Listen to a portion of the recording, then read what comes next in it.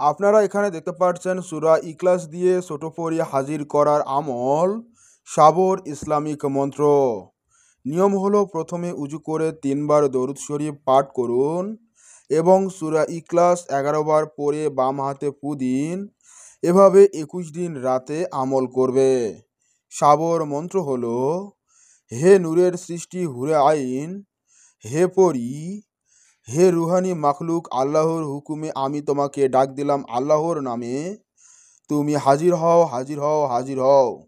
১,২৪,০০০ পয়গম্বরের দোহাই, আল্লাহর কুরআনের দোহাই, ৪ কিতাব তাওরাত, জাবুর, ইনজিল ও কুরআনের দোহাই দিলাম, সত্য ধর্মের দোহাই দিলাম, দোহাই সুলেমান নবীর, হাজির হও, হাজির হও, হাজির হও।